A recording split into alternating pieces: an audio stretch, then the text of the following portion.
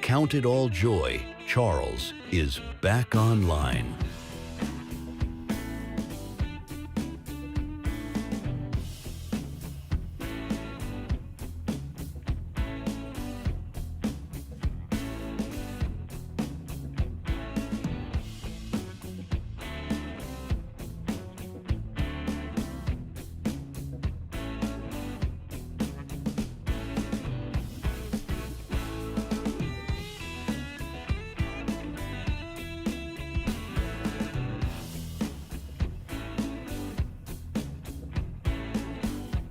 The Equally Yoked Show. Get yoked for free.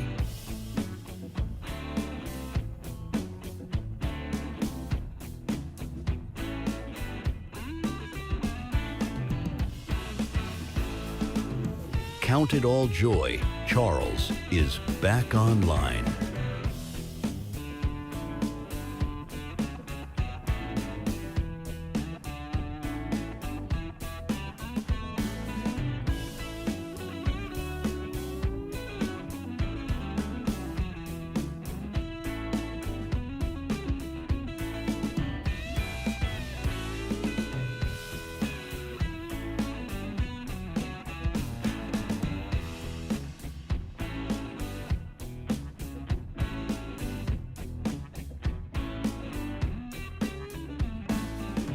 The Equally Yoked Show.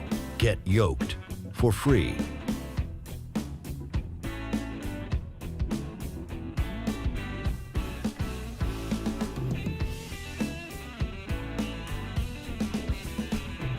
Count it all joy, Charles is back online.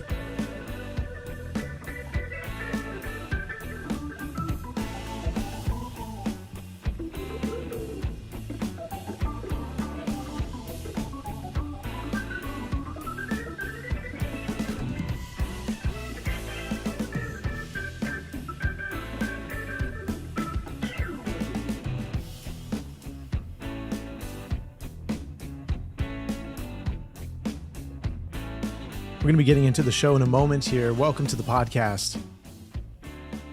Just waiting for those last few to join in. We're just kicking off the stream. So glad to see you guys in with me on the podcast today. How's your guys' night so far? Wow, what a song. What an intro song.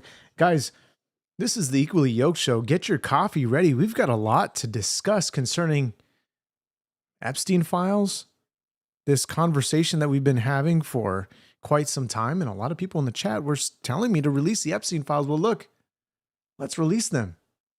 I told Congress, I said, hey, look, I said, you got to release the files. This is it. This is enough. Let's do it. Okay, all kidding aside. Look, guys, obviously I have no power whatsoever to release the Epstein files. And if I did, they would have already been released. However, we are going to be talking about Epstein. We're going to get into that in a moment, but I do want to start off this conversation with an interesting, we're not going to play the clip. I just want to talk about it because it's quite interesting. There's this interview that just came out with Tucker Carlson. I watched this clip that he posted. And this clip is about him and AI and talking about morality when it comes to AI and who decides these ideas, who decides, what is right from wrong. It's all such an interesting conversation, but this video essentially discusses, I guess, somewhat of Sam Altman's vision to replace God with AI. Dead Man Lives, welcome back to the chat. Glad to see you here. Glad to see you every night, man. You're great. You offer some great insight to help people keep the chat level-headed. I appreciate you for being here. But the morality of AI is that of humanity. This is kind of what is portrayed throughout the interview that you're seeing be rolled above you, or above me, rather. And it's kind of the same sort of talking points of the left, it's the same talking points of atheists, where the collective group of humanity decides what is morally good. But at any given moment, the morality of mankind can shift dangerously. We've seen this happen throughout history, especially when it relates to people moving away from God and saying there is no God, when indeed Scripture tells us the fool hath said in his heart there is no God.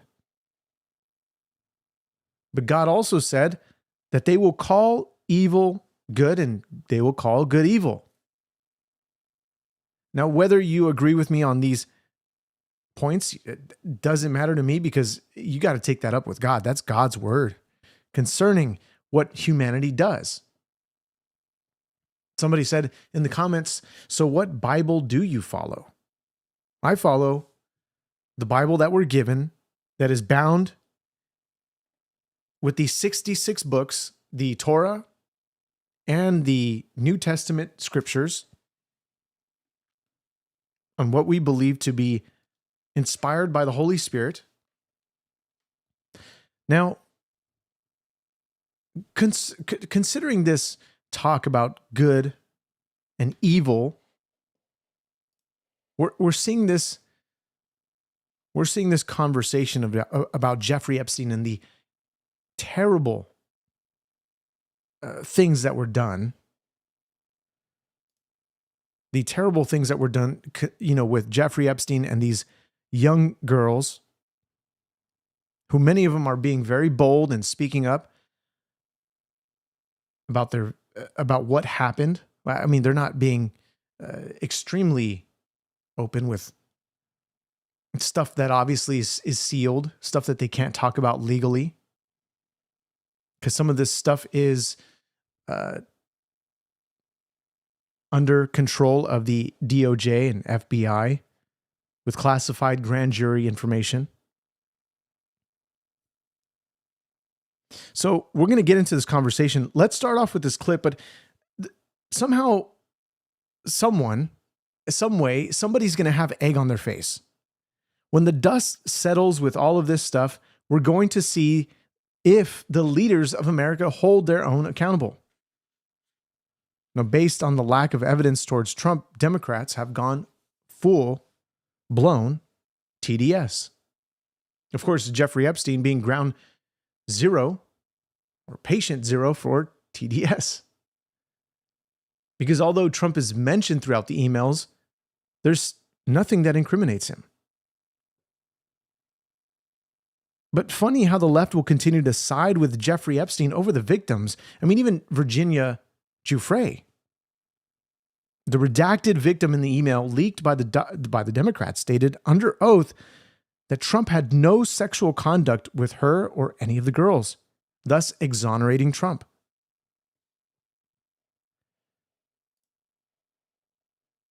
We're going to take a look at, actually, Jasmine Crockett, who, let's just say, is, how can I put this? How can I put this in a nice way? She's got to do some thinking here. She's got to do some critical thinking here. Okay, let's play this clip.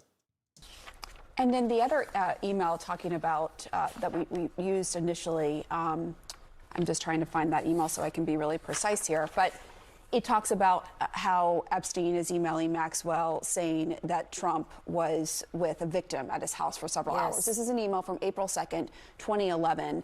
Republicans are saying that that victim is Virginia Giuffre. As you know, she died by suicide. She's been very outspoken. Jeffrey Epstein. Here's the email right here on your screen. She wrote a book, as you know, and she did not accuse him of any wrongdoing. What do you make of that, and can you confirm that? Yeah, I don't know. Obviously, it's redacted who the victim is, so I won't necessarily take the Republicans' word. She won't take the Republicans' word, but she fails to do her own research when clearly this is an email that was already released. And this was indeed Virginia Giuffre. And she's saying, I'm not going to take the Republicans' word for it. I'm just going to believe what my Democrat colleagues are saying because what they're saying is right. But they continue to make this a political show.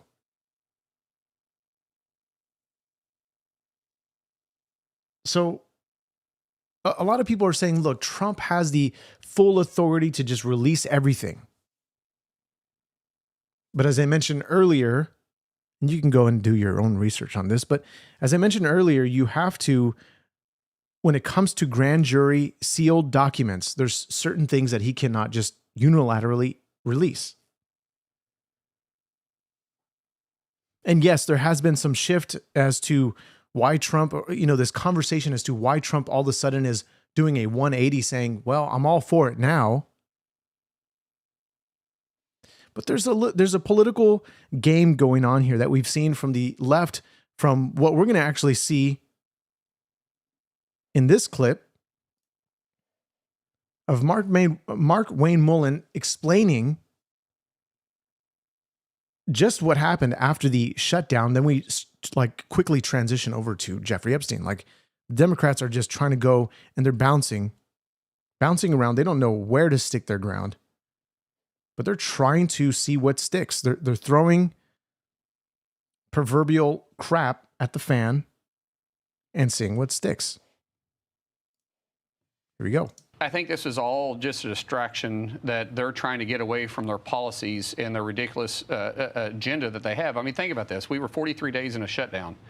Not one word about the Epstein files. The day the government was reopening, they switched immediately. Every left-leaning fake news outlet started running Epstein stuff immediately when it took place. And I think President Trump was smart by saying, release them. Go ahead, get them all out. And then we had those 3 emails from Jeffrey Epstein that were released by the Democrats, right, which they thought cleverly redacted the name of Virginia Giuffre, whose testimony was already well known. You're right. To try to throw some more smoke out there that, oh, maybe there's somebody else who's talking about the president. But this does seem to be blowing back to a greater degree on Democrats. You mentioned the delegate from the Virgin Islands, right, Stacey Plaskett, who during a hearing in February of 2019 with Michael Cohen was getting real-time coaching via text by Jeffrey Epstein. We put that together. Watch how it unfolded here. Reduce his real estate taxes. I'm sharing with you 2 newspaper articles side by side that are examples of Mr. Trump inflating and deflating his assets, as I said, to suit his finance testimony. As I noted, I'm giving the committee to Mr. Weisenberg. And now these video clip, we're actually going to go to a more clear picture as to the timeline that the Wall Street Journal posted. Now we're going to go over to that right now so that you can see exactly in a more clear picture with the transcript under. And this is a post on X. And let's go ahead and take you there now. Wish there was a faster way to do this. Sorry, guys. Here we go.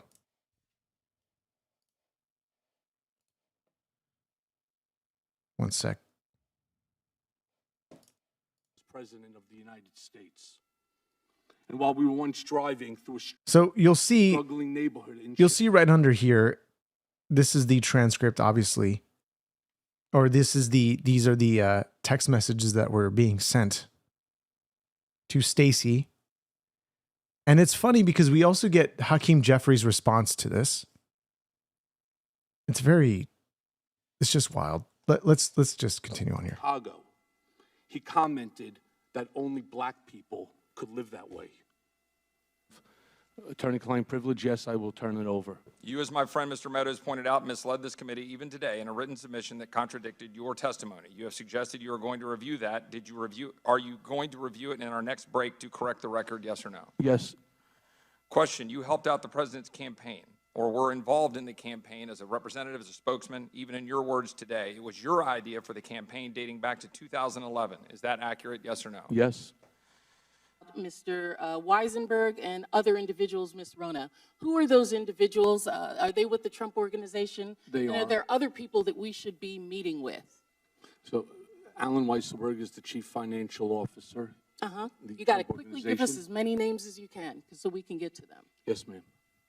Is Ms. Rona, what is Ms. Rona's position? Rona Graff is Mr. Trump's executive assistant. And would she be able to corroborate many of the statements that you've made here? Yes, her office is directly next to his. And Good work. said by Jeffrey Epstein. Jeffrey Epstein. He's coaching her on how she is to question. And we're going to believe him over the victims. Somebody who is a pathological liar, somebody who's a lot of his involvement on even with him directly saying he was involved with the CIA, some crazy stuff there, even with his involvement with apparently Israeli intelligence as well. We're going to be looking at that when more information comes out, of course. Now, this is something that Charlie Kirk got huge backlash on, because just before his assassination, people were saying that his views were shifting on Israel, that he was turning away from the pro-Israeli movement. But we're seeing all of this unfold before our eyes. Now, this is interesting because we have Hakeem Jeffries. We also have Larry Summers. I think it's Larry Summers, correct? Who's saying he wants to just walk away from society. As if he can do that.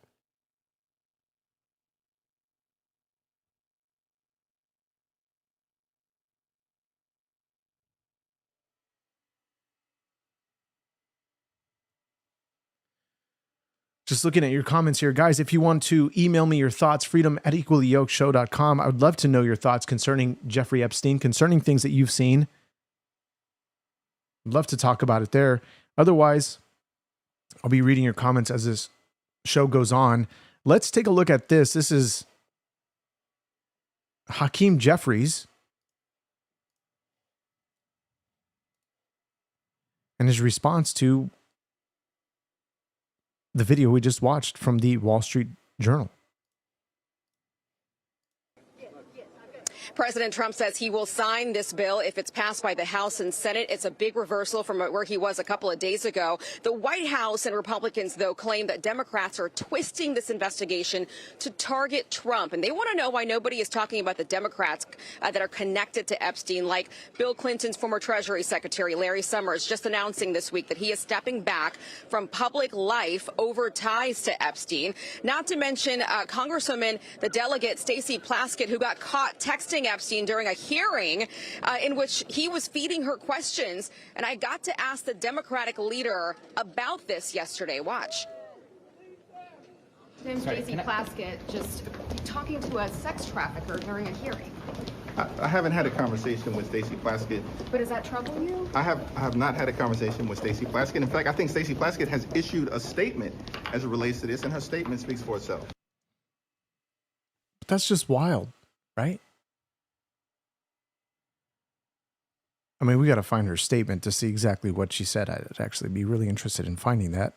Didn't have enough time before the show to bring that to you, but maybe we'll find that during the rest of the show. But this is Mike Johnson.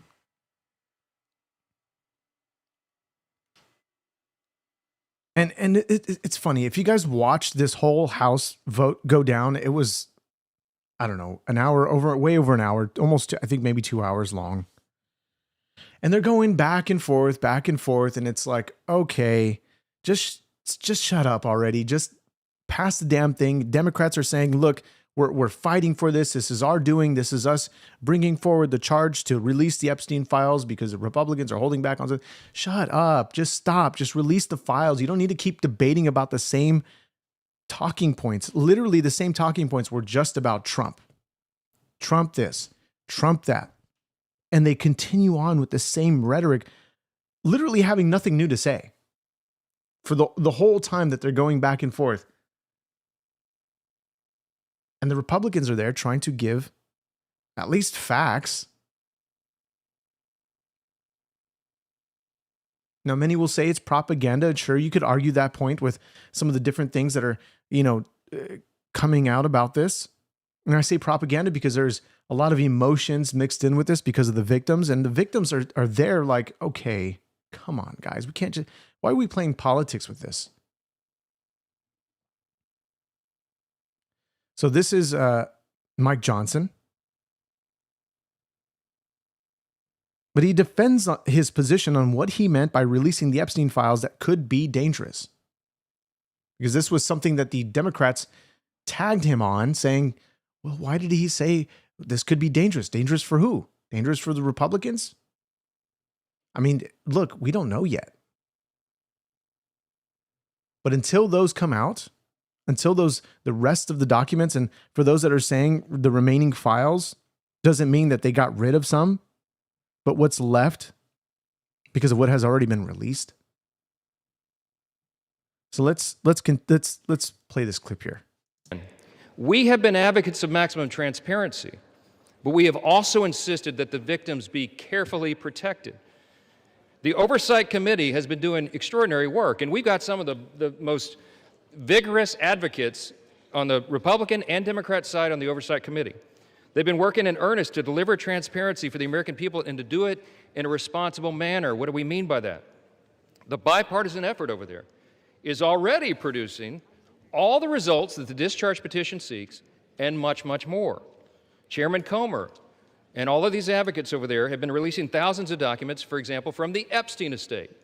By the way, in my view, that's been the greatest treasure trove of information because it's yielded for us Epstein's own personal flight logs, his financial records, his daily calendars, and so much more. Now, some people were attacking Trump because of the email that was released saying that Trump will be there at Epstein's dinner table for Thanksgiving. When the archived Melania Trump, who'd posted on X, literally their sort of whereabouts.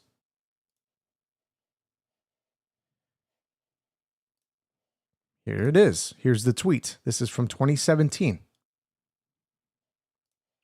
Thrilled to spend part of our Thanksgiving with the local Coast Guard station in Florida. Thank you to all the members in the military who keep us safe. And this is the image. And of course, we're not going to, there's this no sort of high and by, and let's just take a quick, trip down to, down with Epstein, which, I mean, where was Epstein, first of all, on Thanksgiving? Was he in his island? Where was that exactly? But the flight logs are all tracked and monitored, and you could view exactly what happened and where Trump would have been on Thanksgiving Day. And this is the one thing, they just continue to dig themselves deeper when they try to, again, use these emails, really, to catch Trump on a lie or whatever. Look, why it is that he was not for it, and then now he's for it, who knows? Could there be some intelligence that if it comes out could be a huge, I don't know, a huge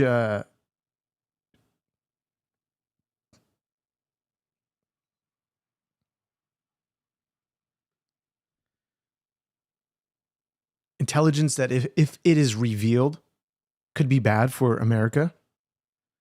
I mean, let the chips fall where they may. Because there is some serious stuff happening. Obviously, we know this. We know politics. We know how politicians can be. We know the motives.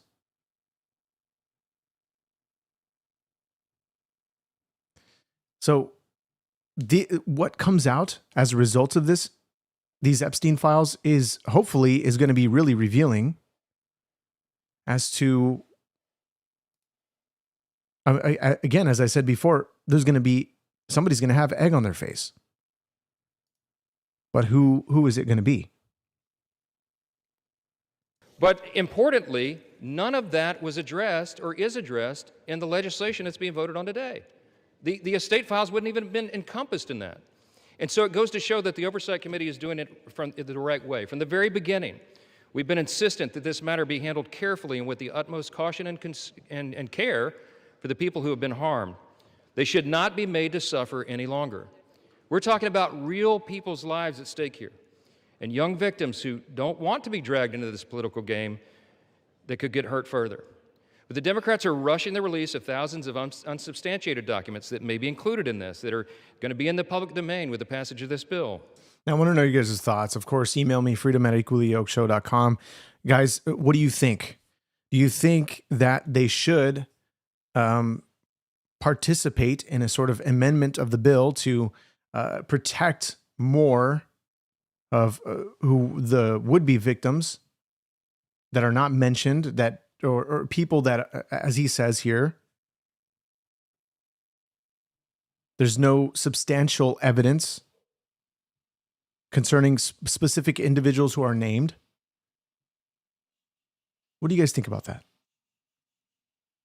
And there are serious deficiencies in the legislation that I have noted at length, and Republicans have to work to address those deficiencies in the Senate if and when this legislation is advanced. I stood before the American public today at our press conference, and I explained in detail the dangers of the discharge petition. We have posted at my website, speaker.gov, a summary. The legal counsel, a small army of lawyers, put this together. Now, as I said, the dangers that he said, according to what the Democrats were trying to attack him on saying what would happen if the Epstein files were released. And Mike Johnson goes on to say that the dangers that this would pose. This is the explanation of that. I used to be a federal court litigator. Many of my colleagues who've spoken today were. We understand the dangers of how this was haphazardly drawn up. And among them, by the way, Mr. Speaker, before I forget, I seek unanimous consent to enter into this document into the record. It's on the website. It's entitled, How the Flaws of H.R. 4405 Could Re-Victimize Epstein's Victims, Create New Victims, and Damage the Judicial System. It is dated today. Thank you. And it summarizes just 5 or 6 of the major concerns. Among them, it fails to fully protect victim privacy. It could create new categories of victims. It potentially jeopardizes grand jury secrecy. It fails to prohibit release of child sexual abuse materials that are not appropriately defined in the legislation. It jeopardizes future federal investigations, and we have national security concerns regarding classified information.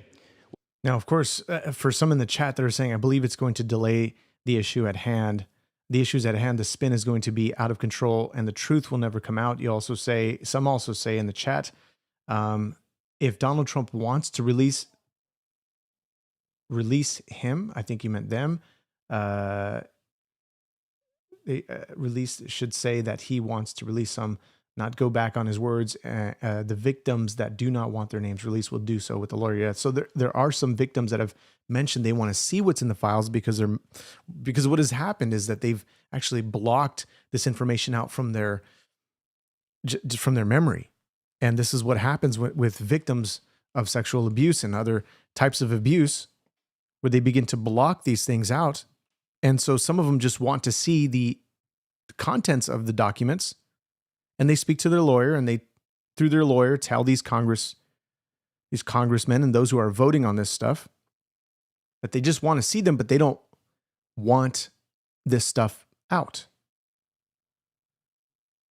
But this is not this isn't stuff that you would hear being publicly said amongst media. Let's see if I can pull that clip up for you by one of the representatives who issued the unanimous consent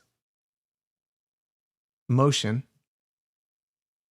So let's continue this, and I'll try to find that video for you in just a moment. We'll put this in the record because we need the legislative record to reflect what is the legislative intent behind this vote. I used to litigate cases. We would litigate federal statutes and whether or not they could survive, and legislative intent is important. And we need to say clearly for the record, as a Speaker of the House, I'm saying to you, this legislation that will pass today is flawed and it must be amended. The question is, why didn't we amend it here before we passed it? Because the authors won't allow it. Because under the rules of the House, under a discharge petition, they have to agree to consent for the legislation to be amended, and they're not doing that. So now we rely upon our partners in the other chamber to get that done, and they need to do that. The victims deserve our utmost respect. In fact, they should be saluted for their courage. And the young women who have not come forward, who are now, some of them are middle-aged women who have not come forward, also deserve our respect, and they deserve to be protected. Republicans support transparency. We want maximum transparency, especially when it comes to disclosing the names of anybody who had anything to do with these evils, anybody who conspired with or aided in any way Jeffrey Epstein. They must be brought to justice. We want the bill to be amended so it doesn't, at the same time, violate victim privacy, create new victims, disclose the names of any whistleblower or informant, cause the release of grand jury materials or child sexual abuse materials, or undermine our national security. And if and when the Senate takes this up, we will work with our colleagues over there to make sure that these things are corrected. I'll just close with this simple thought. We've been at this a while. It's drug on for a while. But it's time for this to come to light. I expect that this will be a unanimous vote. And it was, with the exception of one person voting no. But Representative Tim Burchett, rather, however it's pronounced, he was the one who called the Democrats' bluff on the Epstein files by calling for the unanimous consent. And I'll take you there now. Let's see if this is actually the clip. I want to get to this video that made a ton of waves yesterday. It's a little bit longer, so maybe we'll cut it off halfway through, but go ahead. Let me bring you into this clip here. Play cut 291. Just left the House floor, and I tried to do a UC, unanimous consent, of I tried to get the Epstein files, get it straight to the floor, just to cut out all this nonsense. And, you know, and the Democrats blocked it, oddly enough. Now, here they've had it for 4 years, and they obviously, if there was something there about Trump, they would have released it. And now they're all, oh, let's get it out, let's get it out. Well, I just made a motion. Congressman, so you tried to call their bluff here, is what I'm seeing, and you know, and now Adam Kinzinger saying, who's not even in Congress, he's coming at you saying, "Oh, this is wrong. It was not a UC. Democrats didn't oppose it." What's the story here, and what were you driving at? And this is honestly a really good question. Why did the Democrats? Why didn't they do anything during the last 4 years? Why all of a sudden is this now their focus? Because they want to try to get Trump and get him on and pin him on being a, not only, as they said, you would elect a convicted felon, but you'd also had elected a PDF file. And say, see, you're the bad ones for electing somebody like this.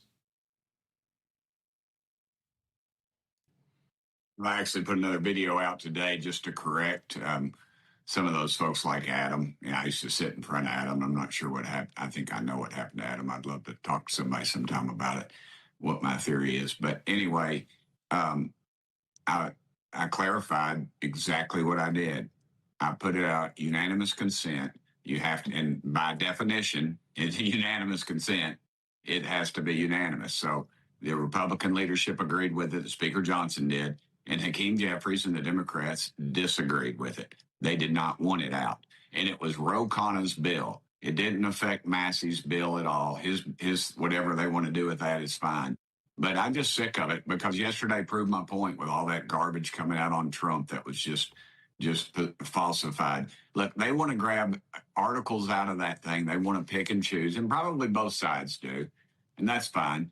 That's politics. But America deserves a little better. Just throw it all out there and let them decide and cut through all the chase. Because what they're going to do is it's going to go to Rules Committee. It's going to go through all this other nonsense that we really don't need and puts too much power in people's hands. And then they just pontificate on it for hours. And it gives the news that hates Trump, that hates America, just more ammo to do it. And I just said, look, put it on unanimous consent. And then it says everyone voted for it. Nobody can say they didn't vote for it. And it puts it on the dadgum, it puts it on out, and it's done. And then it goes to the Senate. But I love that. They want a dog and pony show. And, you know, Ro Khanna is a Democrat. He's he represents one of the most, actually the wealthiest area of the country is Silicon Valley out there in California, I guess. Now, there is a clip. That wasn't the clip that I was looking for, but there is a clip where he talks about this woman. And I think it's actually going to be in this news in this clip yesterday with this selfie video. It looks like you're walking out of the Capitol building, if I'm not mistaken. I'm looking at a screen grab. But take us back 2 steps, because you get through this shutdown and then wham, Democrats release this bombshell about Epstein. How did we even get to that point? Because you're on the oversight Because- committee, correct? Yeah. And Chairman Comer's doing the right thing. He's it's boring, tedious work, but he just released several thousand more pages yesterday. They're going through it and they're redacting the names of innocent people and some of these girls that don't want their name out. And that's something that needs to be Here we go. talked about at some point, is that some of these ladies don't want their names out. And the Democrats are just hell bent on destroying these people's lives. I mean, they're going to instantly, overnight, they're going to have a microphone stuck in their face. And some of them have gone on to lie. You know, they have families and, you know, they don't want to, they want to put that memory out. And we were literally in a closed door meeting. Democrats and Republicans were there. And it wasn't a question and answer, but I felt like I needed to be that person. And I said, hey, this lady said she wanted access to the files because she was in them, but her mind had blacked it all out. And God gives people that defense mechanism. Sometimes people incur some just horrendous things as children or whatever, and that's a defense mechanism, and it's blocked out of their mind. And she wanted to go back and read the files and find out where she was and what they'd done, what that dirtbag had done to her. Now, this is very interesting because he asks her a very specific question concerning the files. Listen in. And so they said, and so I said, ma'am, so you want the files released? And she said, no, I do not want the files released. I just want to have access to them. So there's a lot of nuance to this as to things that we just don't know going on behind the scenes. What exactly those things are? I mean, as of right now, we're just those who are siding with a specific party. Now we're trying to figure out exactly who's telling the truth here. Will we get the full truth is the real question. But continuing on here, because we've got still a couple of things. We're going to cover this Epstein stuff because it's now getting sent to the Senate. And of course, we have Republicans, some calling for an amendment to protect the victims and to do some redactions, whatever the case may be. Some are saying, look, let's hope that Trump stays and sticks to his word and he passes it as is. He says, get a bill to my desk and I'll sign it. And let's see what happens with that. Now, of course, if there is some type of an amendment, they're going to just go on talking about Trump, saying, look, of course, this is what, this is what was going to happen all along. They're going to change things. So the media is going to spin more lies, or the media is going to try to attack Trump time and time again, as they have done in the past. So this video that we're transitioning over to Zohran Mamdani, because we've been covering Zohran Mamdani for quite some time, and we'll continue to keep following his candidacy closely, or his mayoral position, to examine whether he delivers on his socialist agenda as planned, or will it be a total and complete fail? He's got big ambitions. And I know he'd probably be the first to say that, well, look, all this hate that continues to come my way, look, it's only going to give me more strength. And that's something that he would probably say. Not speaking for him, but he's most certainly have gotten a lot of flack for his position. That is the democratic socialist position, which I think many of the Democrats now are going to start transitioning over to, like Bernie Sanders, AOC, and they're going to start transitioning over to this title, Democratic Socialists.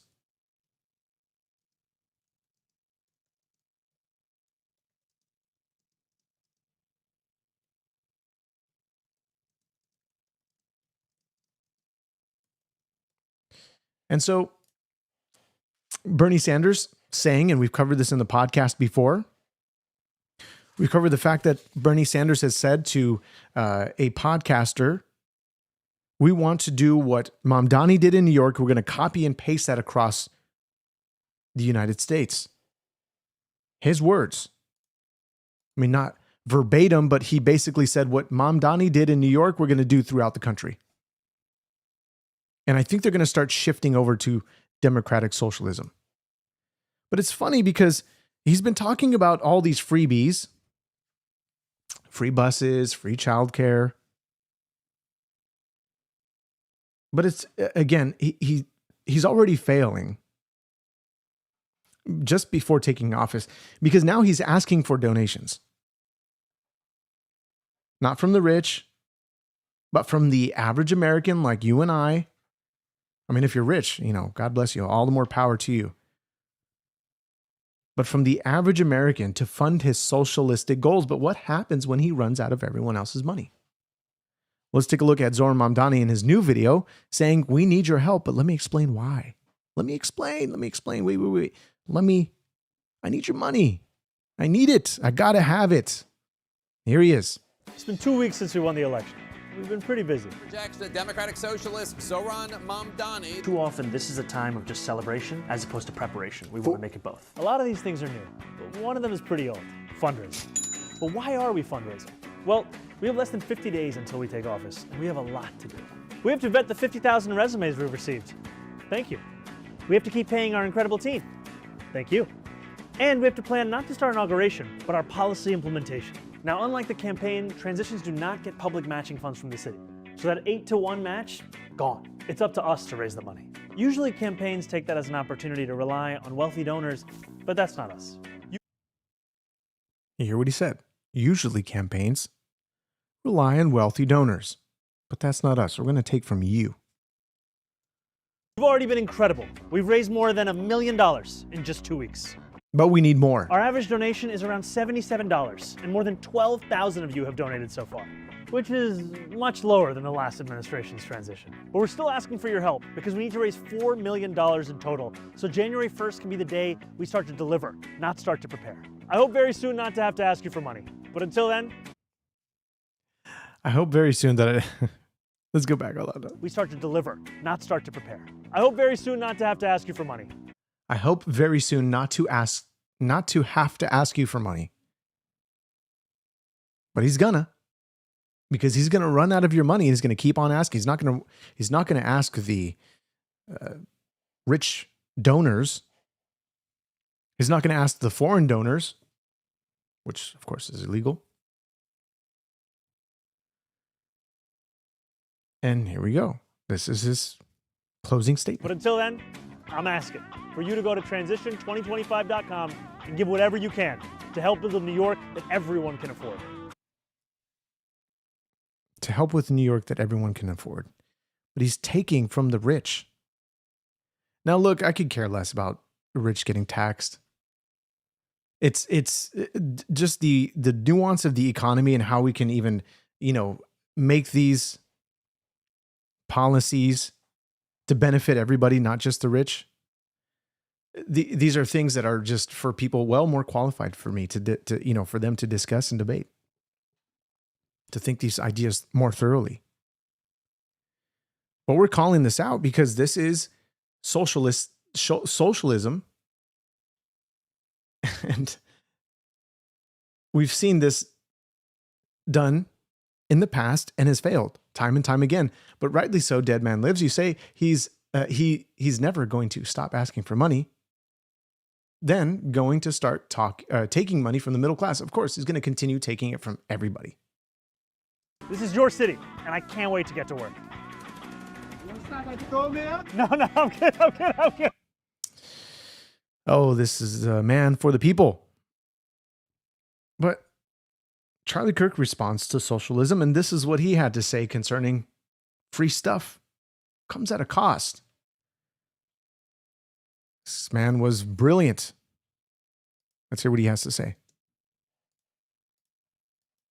Why do you believe a lot of people are beginning to side with the philosophy of socialism, and where do you see America going if that continues? Very good question. Thank you. So why is socialism growing in this country?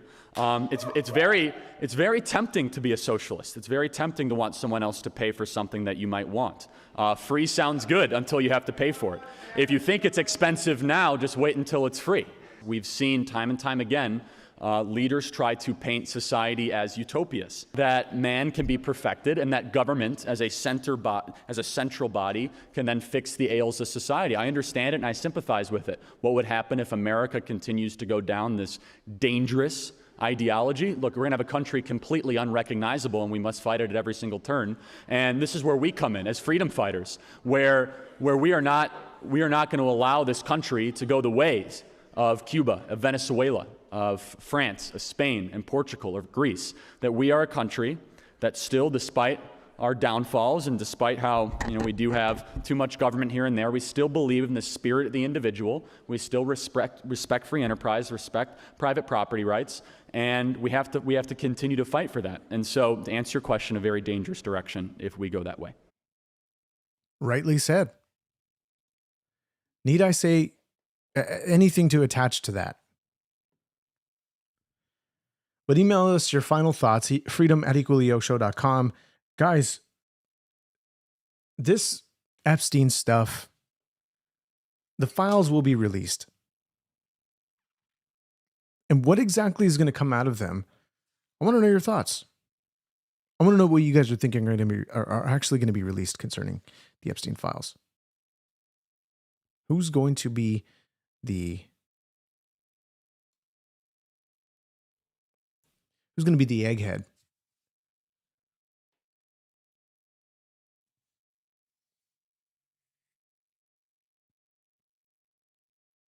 I mean, it's going to be a crack up if just revealing which side was actually telling the truth or not. There's going to be a lot of stuff that comes out concerning the files, concerning who's in the files. And it's going to be, I mean, it's probably going to be bad for either party. If the party of the Trump administration, for sure, we're going to see America completely turn around. It's not going to look good for the conservative party. I can tell you that much. It will turn America around to follow in it only give the Democrats more power to destroy this country as what they did. And look, mind you, midterm elections aren't looking good for Republicans. I can tell you that much. Not looking good for conservatives.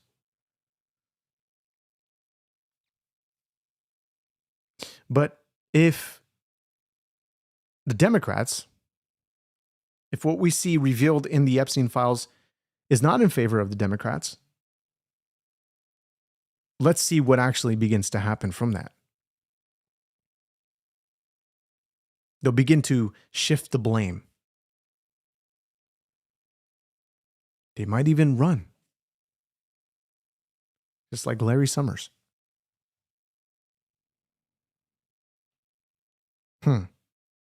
What's going to happen? So guys, if you are not subscribed to the podcast, consider subscribing if you guys like what you heard. And email us your final thoughts concerning all of this stuff. And we have to remember that this conversation is shifting. Well, from what we have going on with Epstein, the conversation amongst the everyday average American is, how can we make America more affordable?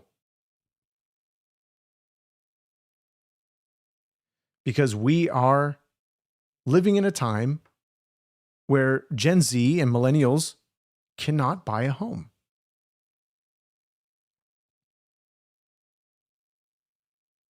We cannot live the American dream that we so want to live. To have our kids run run around in a yard in a safe neighborhood. These are things that we long for, things that we want, at least me.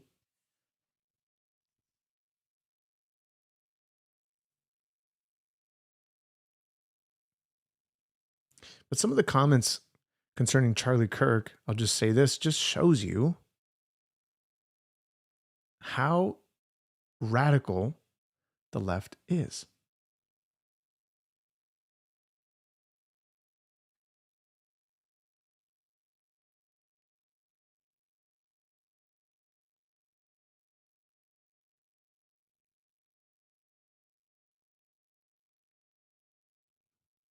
I'm not close to enlightenment, whatever enlightenment you're talking about.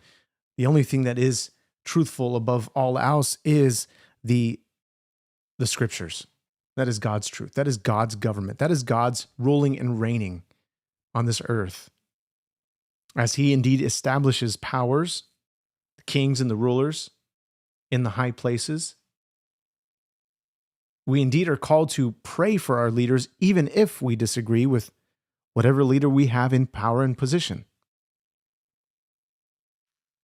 That is indeed our current president, Donald Trump, and even in the last presidency, Biden, who was doing a terrible job. And we will see how this all is fully fleshed out when it comes to God bringing his final judgment. As we stated at the top of the show, people will call good evil and they will call evil good. This is according to God's scripture.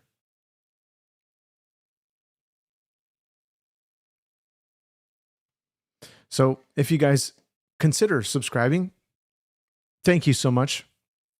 It's going to help this channel grow all the more, that we can get the word out to the audience as best as we can, as we cover this stuff concerning Epstein, concerning the showdown between Republicans and Democrats, as it just seems to become more of a media thing. Like we're watching, I don't know.